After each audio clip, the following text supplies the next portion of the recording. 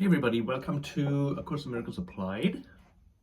Today's topic is the attraction of guilt. I call it the ego's weapon of mass destruction, and we'll see in a little bit why this would be called that way. I hope you can see this little drawing I made. We're going to explain it throughout this segment. It's similar to other drawings and similar to roughly what Ken Wapnick uses, but I just focused a little bit on the attraction of guilt. So the main question of this chapter is, why are we so attracted to the ego, right? Why do we choose it over the Holy Spirit, over the love of Jesus 1,000 times a day? Why are we with the ego 99.99% of the day, if we're completely honest? And what is it that pulls us like a vortex and won't let go? Those are the questions of this segment, and I attempt to answer those questions. Let me begin this with a scenario. It could be any scenario, and we all have a multitude of them. They seem to arise out of nowhere throughout our day, right? We all are aware of them. In my day job, I'm a real estate broker and naturally deal with people on a daily basis. In this case, I have been negotiating a lease for a few weeks. That is usually fairly quick, a couple of days, but this one for some reason took longer, and the rent was also much higher than usual. To make a long story short, for some reason everything became very convoluted with the lease, back and forth, and at one point the prospective tenant got very upset and expressed this upset to me in an email.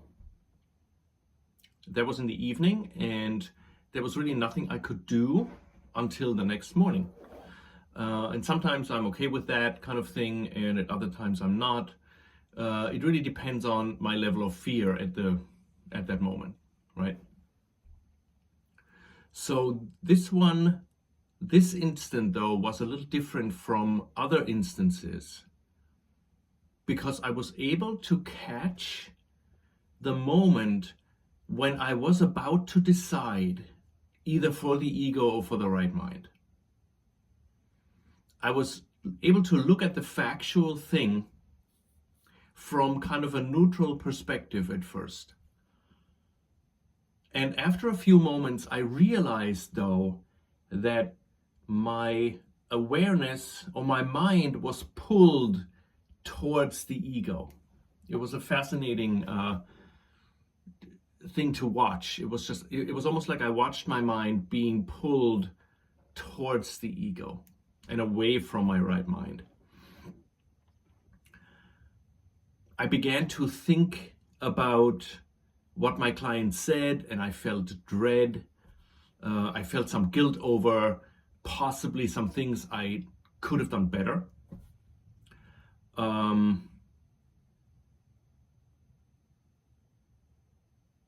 And I had the first signs of this familiar feeling of my stomach and my chest getting tight a little bit. You could call it anxiety, but I have identified this a while back as plain and simply fear. So when we're with the ego, we buy the whole ego thought system, right? All of it. And I knew that if I would soon be fully immersed in it, I could feel myself slipping into it. And that would include repetitive thoughts in my head about the client, about the situation, mental arguing with my client, actually, all the way to, at the bottom of it, thinking about quitting real estate and getting a glass of wine, right? So I knew I would go into that direction. It was very clear. I know we all experience those situations many times over throughout our day, throughout our week, throughout our lives. I really could feel the pull from the ego. At this time, that evening, I was able to stay out of it. I soon forgot about it. The night I slept well, everything was fine, and then the morning, it kind of hit me because I wasn't vigilant, right? It all of a sudden, boom, I was in. And it took me a while to get back out. So it became clear to me that when Jesus talks about the attraction of guilt, he talks about it in two ways a little bit. One is described in the obstacles to peace. That's more on the outside. But this, what I want to talk about right now, is more on the inside our mind. And I want to present my findings to you right now. So first off, we cannot be partially in the ego. It is impossible to be partially in the ego. It is like a river. The moment we jump in, we get wet. There's no doubt about that, right? We get the whole thing. For me, my current state of mind when I'm in the ego is fear. I can feel it in my chest mostly. That's like my area of conflict, I would say, in my body where I feel the fear. We all have our favorite states of mind, and I have learned, for me personally, they all boil down to fear. All the other emotions, I think, are smoke screens to hide the fear from us. I discussed this in another segment, was called The Many Forms of Fear here on this channel. The Course says, minimizing fear, but not its undoing, is the ego's constant effort, and is indeed a skill at which it is very ingenious. So that is in the text, chapter 11, section 5. So our primary state when we're with the ego is fear. I believe the Course leads us slowly but surely towards recognizing that state. It leads us there so we can realize that, quote, you have but two emotions, love and fear. That is the text, chapter 13, section 5. It leads us to this point so we begin to understand that our decision involves only two states, not 200. The ego wants to keep us in a perpetual state of fear, but without us ever knowing that we are fearful, right? We believe we're obsessed, upset, stressed, tired, distant, callous, socially inept, and so on. In truth, we are none of those things. We are simply afraid. Let's look at an example that will hopefully get us to a reasonable conclusion with this. So in some factory production lines, the way to separate metal from other materials is with magnets.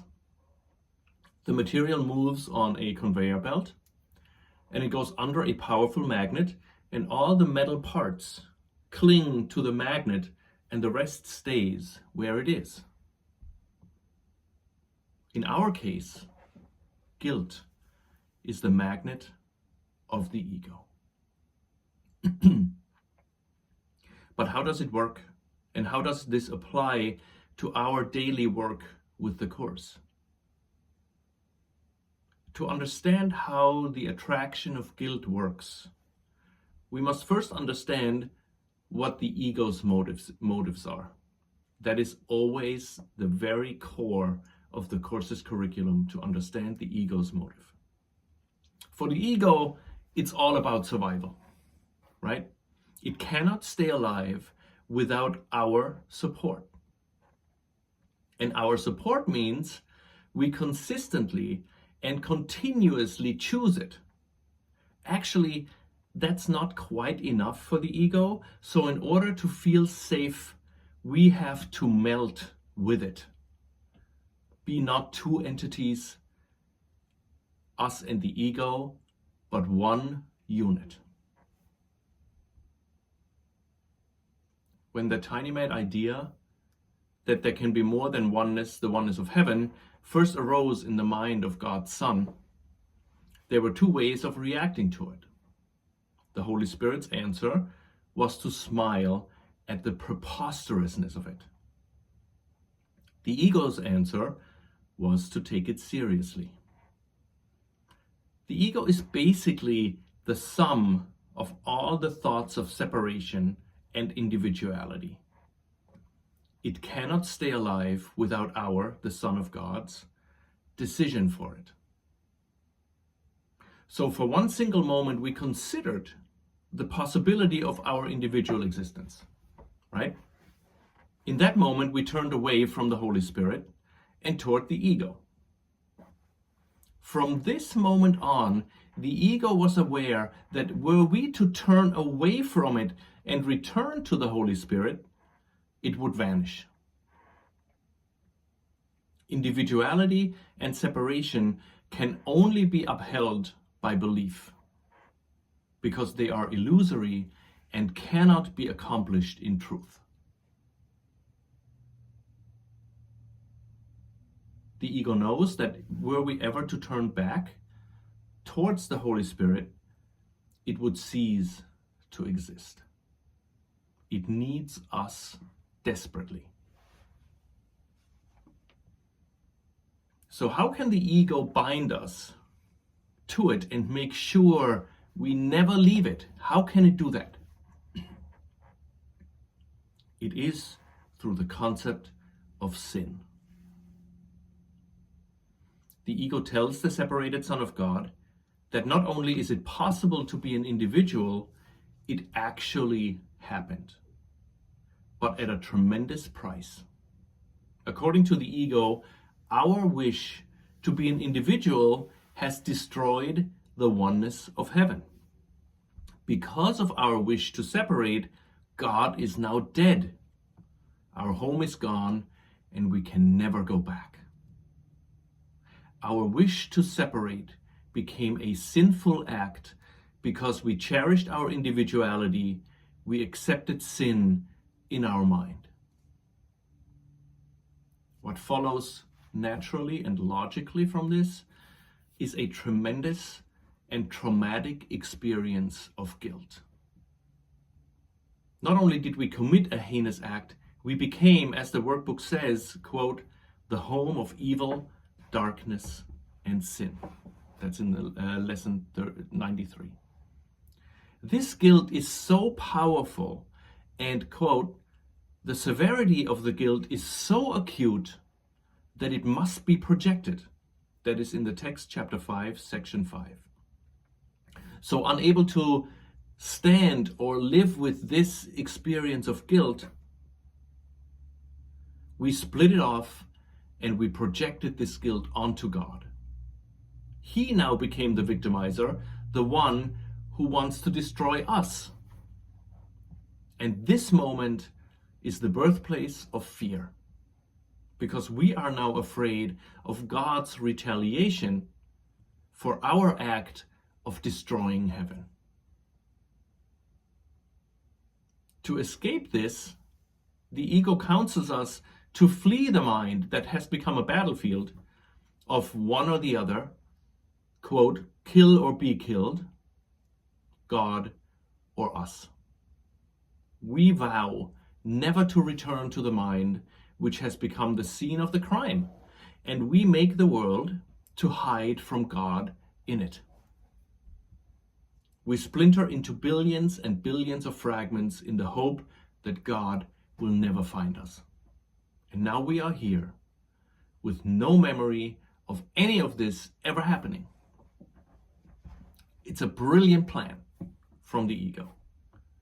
So from now on, the ego's motivation is to keep us as far away as possible from the place in our mind where we can potentially decide against it. The contents of the wrong mind, the ego mind, is individuality, murder, sin, guilt, and fear. We, as the decision-making mind, believe that if we were to return home to God, we would be destroyed. As the right mind and the Holy Spirit and Jesus are an extension of God, we don't trust them at all. We only, at this point, trust the ego because we are so convinced that we are sinful and that the ego is our only way out of this tremendous guilt the sin engenders in us.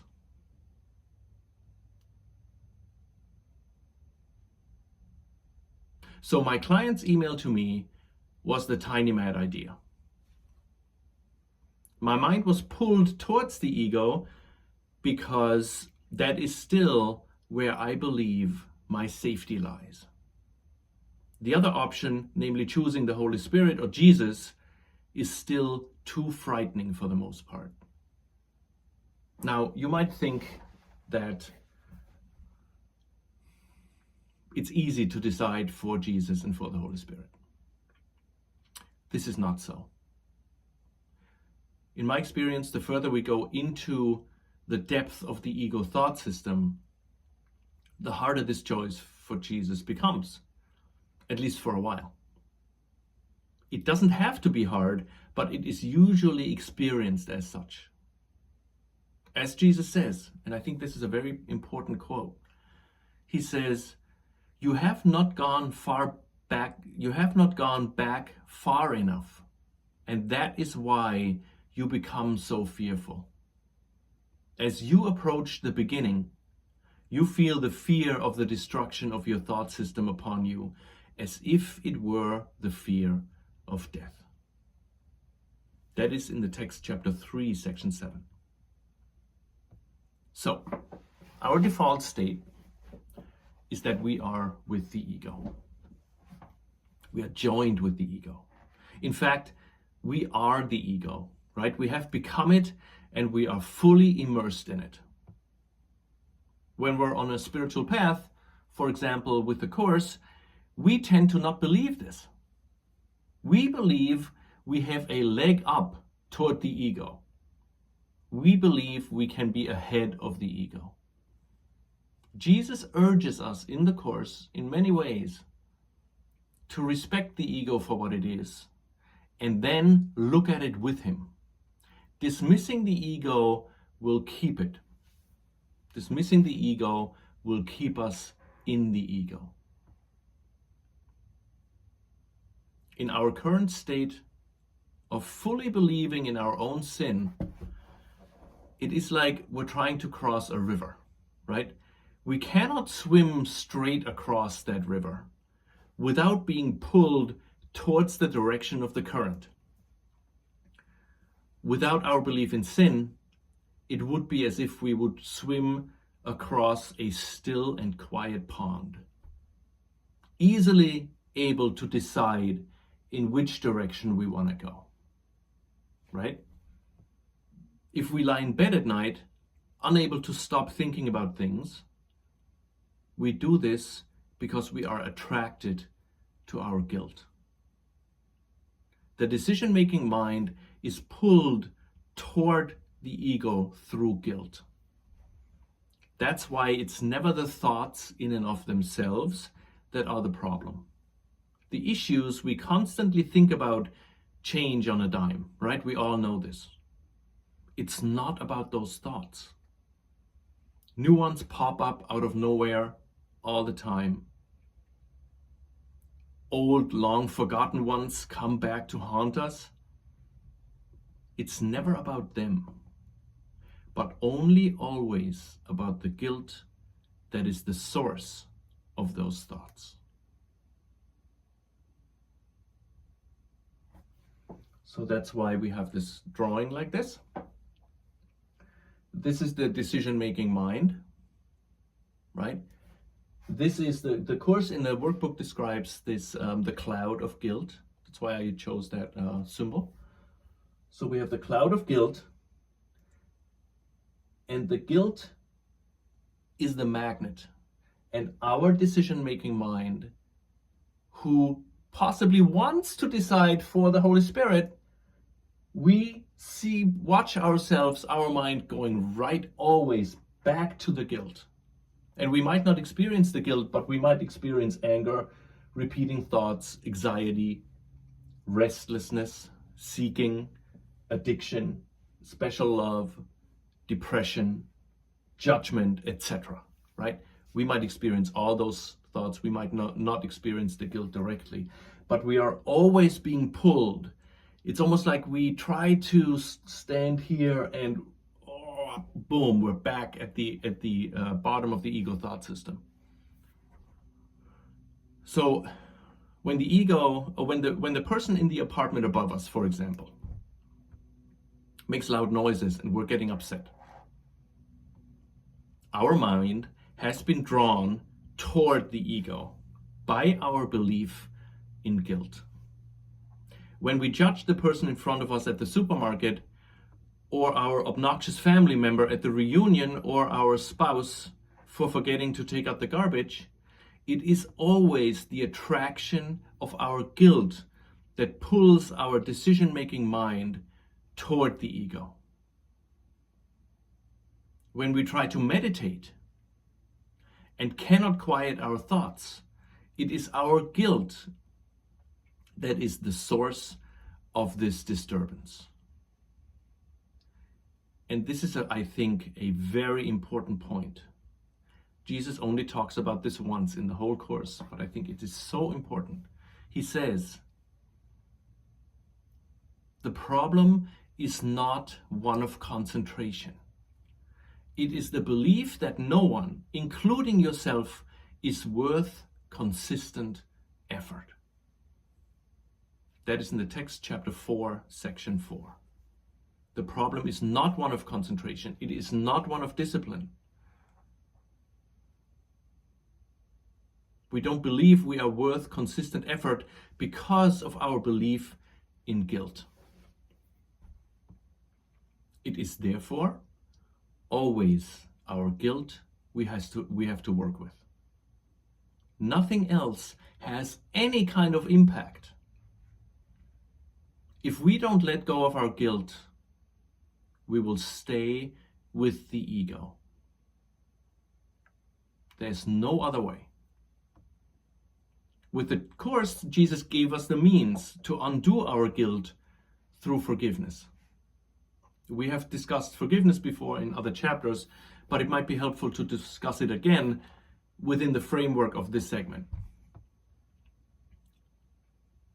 So it should be clear by now that trying not to have recurring thoughts about our problems while we lay in bed at night, for example, is not the solution, right? Trying to change our thoughts, our repetitive thoughts, or trying not to have them will never work. It's just like trying to swim across the river that has a strong current. It is impossible, but the ego encourages us to do just that. It tells us to try to change our thoughts. It never tells us to try to change the cause, the source of those thoughts, which is guilt, because the ego lives by our belief in guilt. Anytime we attempt to change anything within the ego thought system other than its source, we will fail and the ego feels safe once more. Now, to stay with our image of crossing the river, we can try to improve our stroke, right? We can try to swim better, become stronger swimmers. But whatever we do, we will always be pulled downstream. We will always be pulled with the current. Our work with the Course, our journey of forgiveness, must be at the source and only at the source, which is always our belief in sin and the guilt that stems from it. I always feel like that in the whole Course community, nobody talks about guilt. except Ken Wapnick. Nobody talks about this attraction, right? This is a massive, massive force. It is the ego's weapon of mass destruction. If we don't respect it, we will always stay there, and we think we're here. But we must consider guilt as the source of everything we experience if it's not peace. I always see the whole ego thought system as being contained in a large net of steel cables, right? The whole ego thought system is encapsulated by this big steel net. And that big steel net that has all those emotions and thoughts and our past and our shame and guilt and everything in it is held by one single carabiner hook on a large crane. And what we tend to do, because we're still married to the ego, is try to manipulate the net, right? We have a little file, and we try to cut the net, the like 2-inch thick steel cable net that is enclosing the whole ego. We're trying to manipulate the ego by trying to file away on the net. The ego loves this, right? The ego says, yeah, try to work on me. It never tells us, work on the cause for the whole thing, right? The cause for the whole thing is the belief in sin, which is the hook, the carabiner hook, that attaches the whole net to the crane. And that is our belief in sin. That's what holds the whole ego up there. The moment we unhook the whole net falls down. That is all we need to do. Nothing else will work.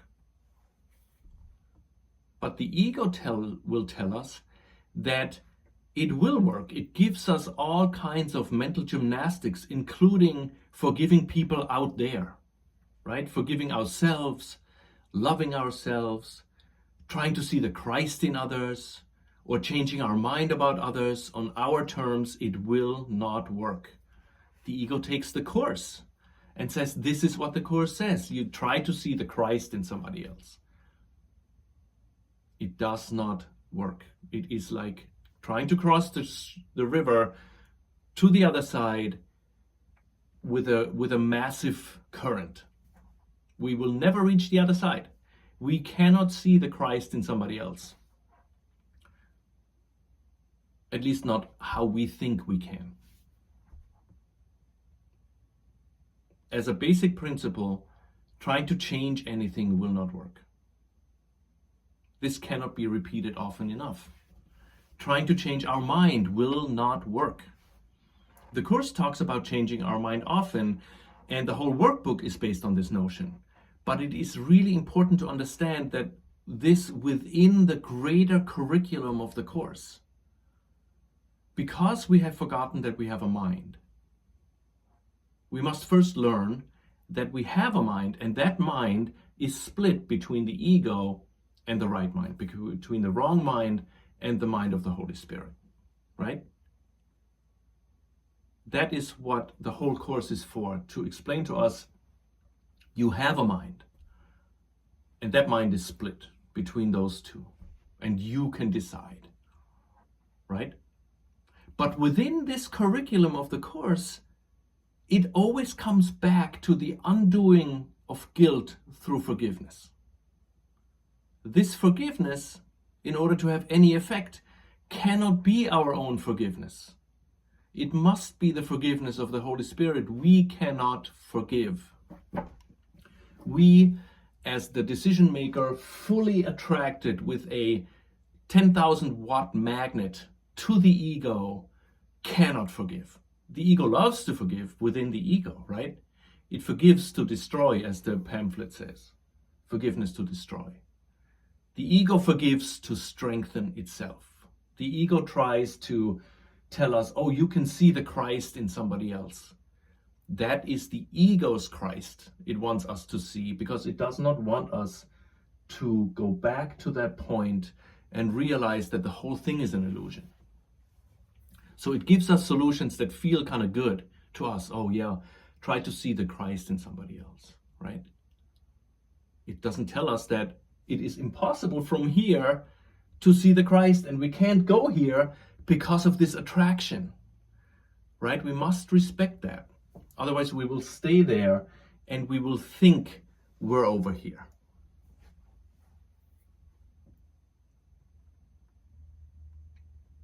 So forgiveness, in order to work, cannot come from us. It has to come from the Holy Spirit, not from us. And the Course says, forgiveness, on the other hand, is still and quietly does nothing. It merely looks and waits and judges not. That is in the workbook part 2, section 1. So it's crucial to understand that forgiveness does not do anything other than look. We look at what we're doing.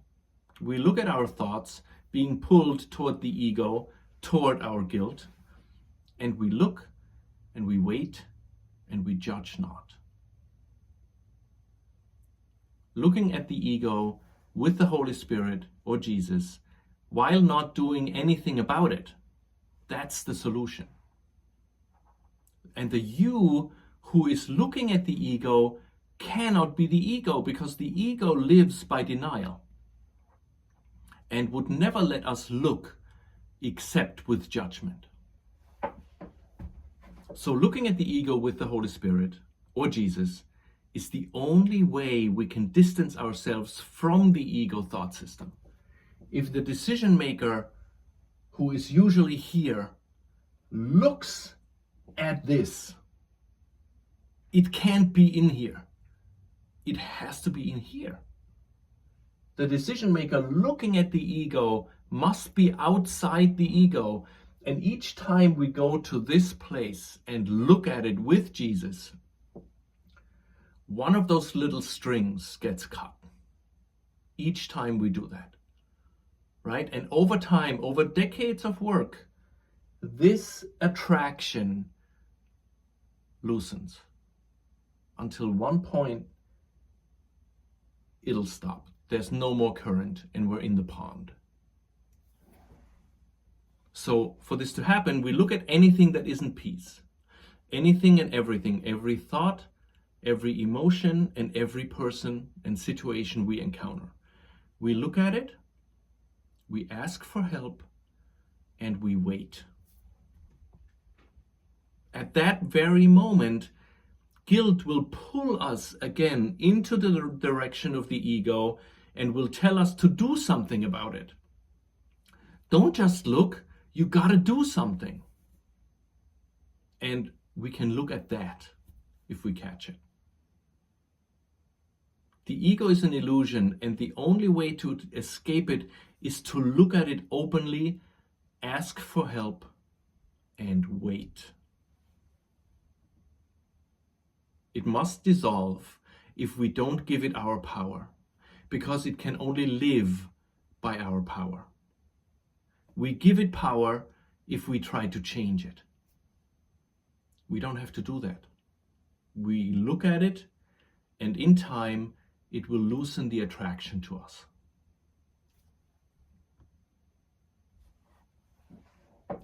Now, our belief in sin is the fuel that keeps the ego going, right? In order to decide against it, we need to look at it. Because of denial and projection, we don't see the sin in ourselves most of the time, but we do see it in others. That's why our focus is when we practice forgiveness. Our focus is on that, on the guilt that we see outside, in the driver that cuts us off, in the neighbor that is loud, in an obnoxious family member. That is our work, to look at that, right? To look at that, because that's our guilt we have given to the other person. wherever we see our sin displaced onto the outside from our inside, we look at it, we ask for help, and we wait. That is the solution. Now, let's talk about why we are so attracted to the guilt in the first place. What is the reason for that?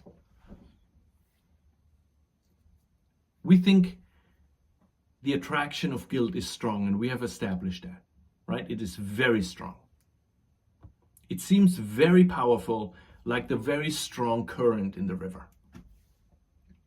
Guilt has a tight grip on our lives and on our thoughts and on our emotions. And the proof is we try to escape our emotions, we try to escape our thoughts, and we can't do it, right? It has a very tight grip on that. But here is where the hope lies. The attraction guilt has to us is nothing against the love of God for us and us for Him. That is the true attraction. One of the places in the course that describes that a little bit is the section, chapter 14, section 4. It says, "You cannot understand how much your Father loves you, for there's no parallel in your experience of the world to help you understand it.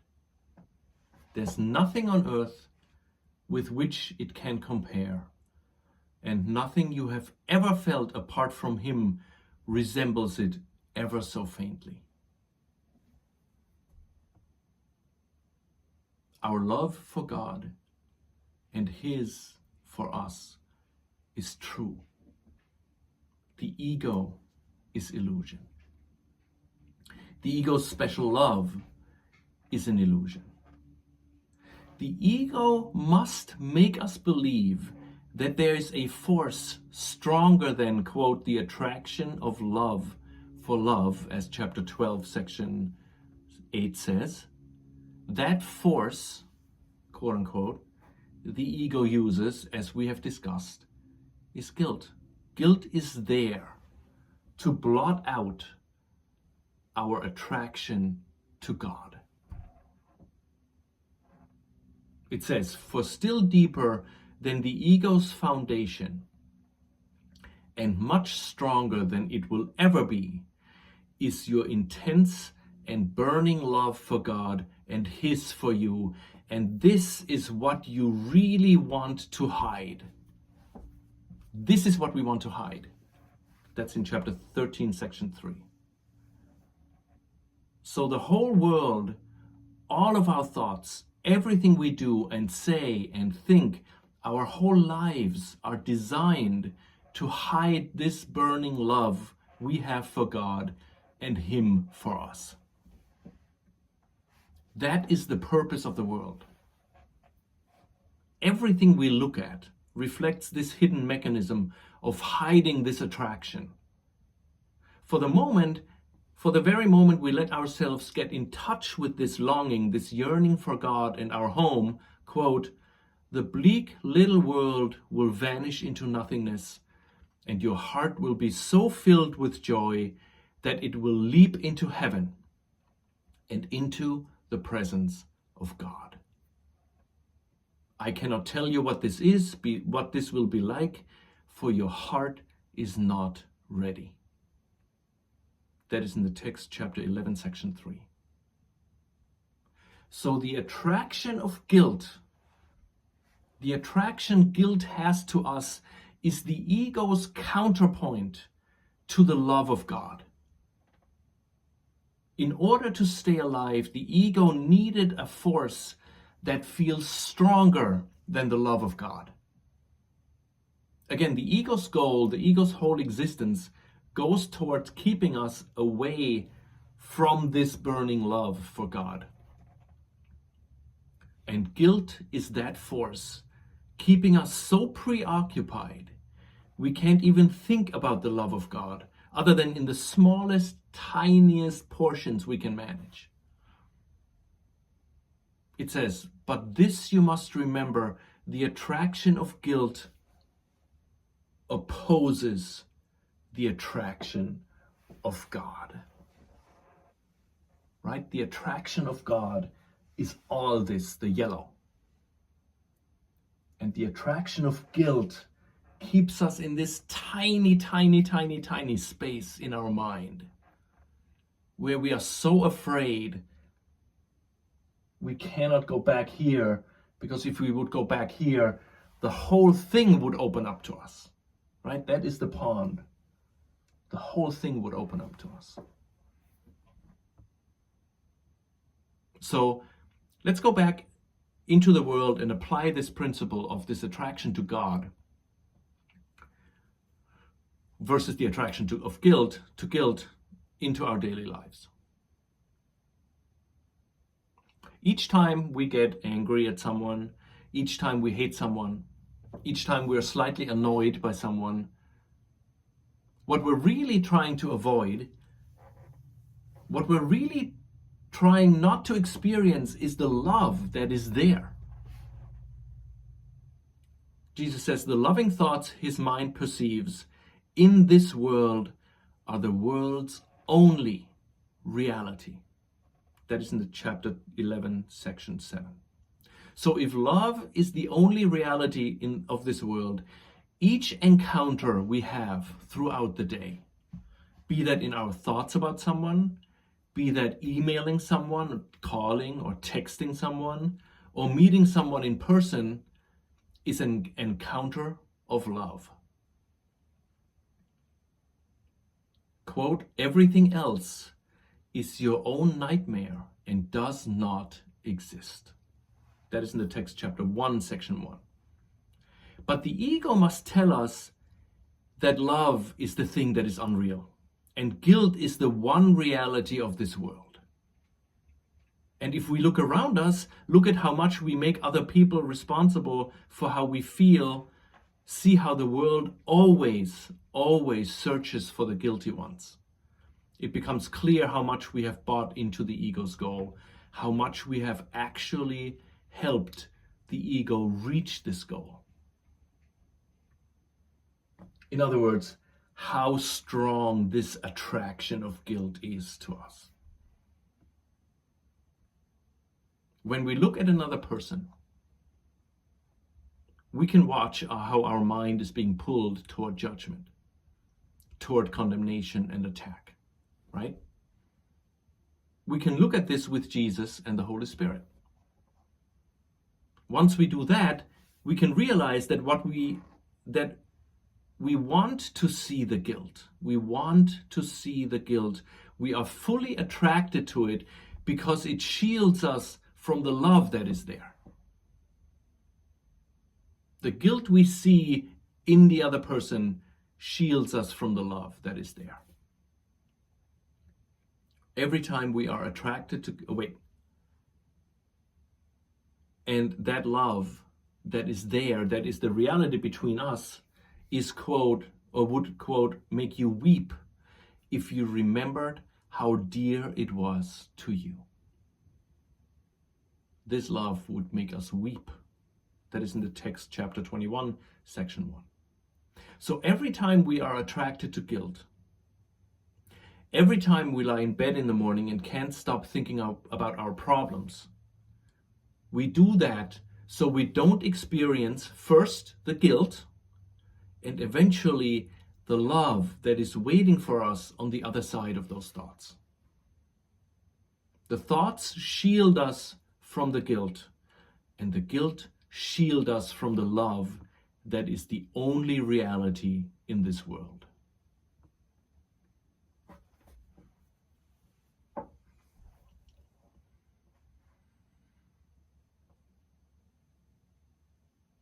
There's one last point I think is important.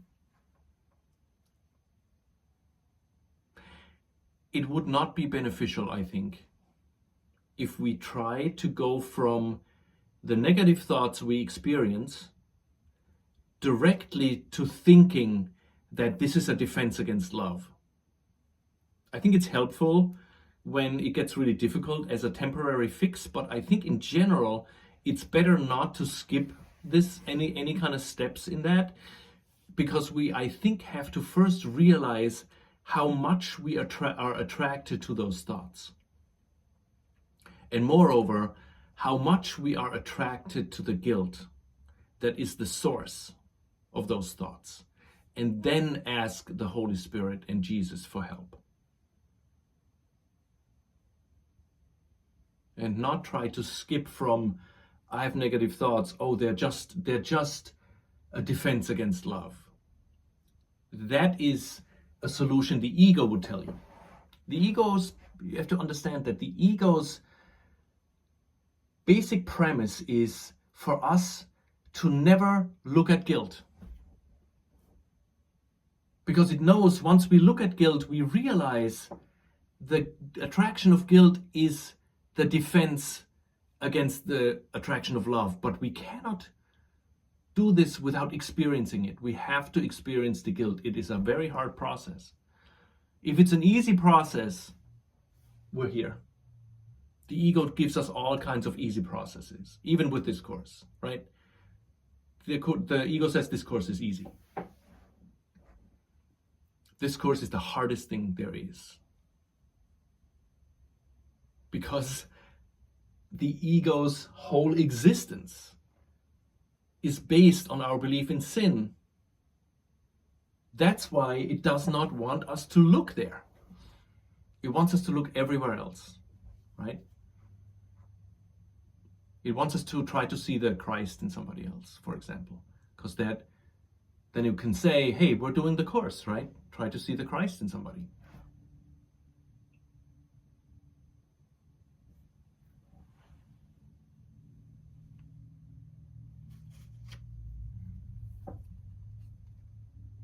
All right, let me see if you can still hear me.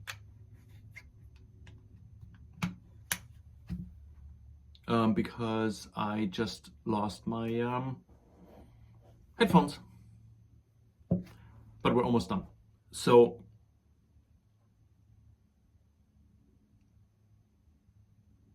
as a general rule, if we try to get over our problems ourselves, we are most likely in the ego, right? The solution is always to ask for help so that we don't do anything on our own. Because our guilt stems from our belief in separation. Joining with Jesus and the Holy Spirit is the solution.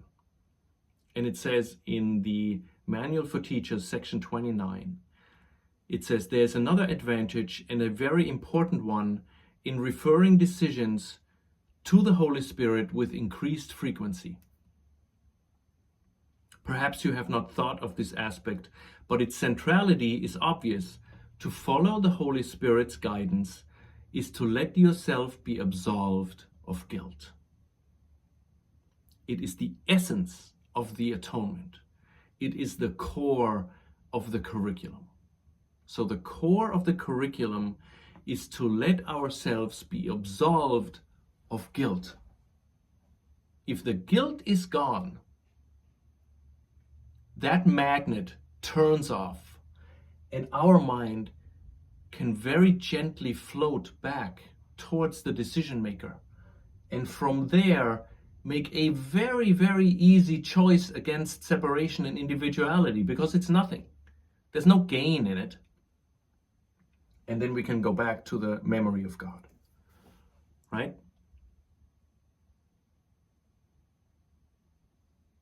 Letting us be absolved of guilt is the main focus of the course. The obstacles, quote, the obstacles to the awareness of love's presence, as the introduction to the text says, is guilt and our belief in sin. Those are the obstacles, right? Everything else comes out of that. In order to remove those obstacles, we must look at them. But we must never look at them alone, and always with the Holy Spirit or Jesus next to us. Looking with them over time breaks our attraction to guilt and restores our memory of the love that we are. Thanks for watching, and I will see you next time.